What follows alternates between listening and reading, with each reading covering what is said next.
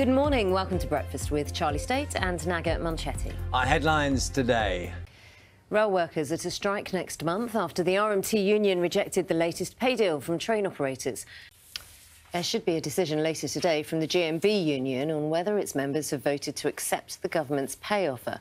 It comes as Ukrainian cities have been struck by a wave of missiles early this morning, with Kyiv suffering a heavy attack for the first time in more than 50 days. Let's get more from our correspondent, Hugo Bachega, who's in the Ukraine capital now. Hugo, good morning to you. Quite emotional there. Now, let's talk to Lorraine Alley, who's... Good morning. It's Friday, the 28th of April. Our main story this morning. Head teachers in England will be balloted for strike action in a move which could see further disruption for schools and parents. The National Association of Head Teachers Union last held a strike vote in January, which supported taking action but did not reach the required 50% turnout. Ministers say the pay deal is fair and reasonable. Our reporter Francis Reid has the latest. Foreign Secretary James Cleverly has urged all UK nationals wishing to get out of Sudan to come forward as quickly as possible after both sides in the conflict agreed to extend their ceasefire for another 3 days. So far, nearly 900 British nationals have been flown to safety by the RAF. Our diplomatic correspondent Paul Adams is in Nairobi for...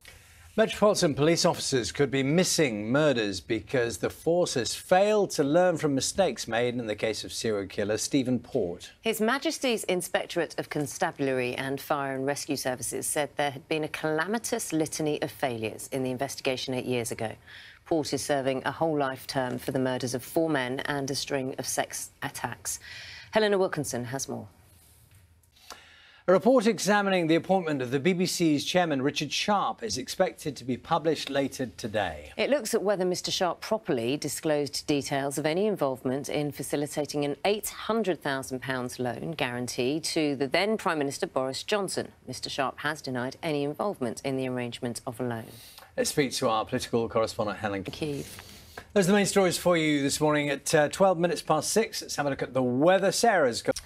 14 minutes past 6 is the time. There has been growing concern about the impact of concussion for people playing sport at grassroots level, and that's now being addressed with new guidance for clubs to manage head injuries. It says anyone with suspected concussion should be removed immediately from the pitch to rest for at least 24 hours. Players with definite symptoms should not return to competitive sport for at least 21 days.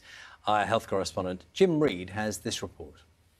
Something we'll be talking about a little later on in the programme with, excuse me, a former athlete who has been concussed in the past, an expert on that. So if you've had experiences, do let us know this morning quite how it's handled, maybe in your clubs that you're involved with, and whether you think it needs change. We'll take a look at the papers now. The Times is, I think. That's it? I think so. The headline there, Her Royal Highness. Have you seen anything in the insides? Harness. Yes, just a quick look. Yes, that's quite good, actually.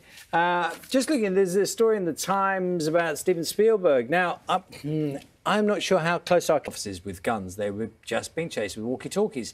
And he's now saying, I should never have changed my original film. It was made with guns. It was not a problem, but I kind of went with it in archives of my own work, and I don't recommend anyone do that. And as we all know, there are films that are being changed, are being re-edited, you know. And books. Yeah.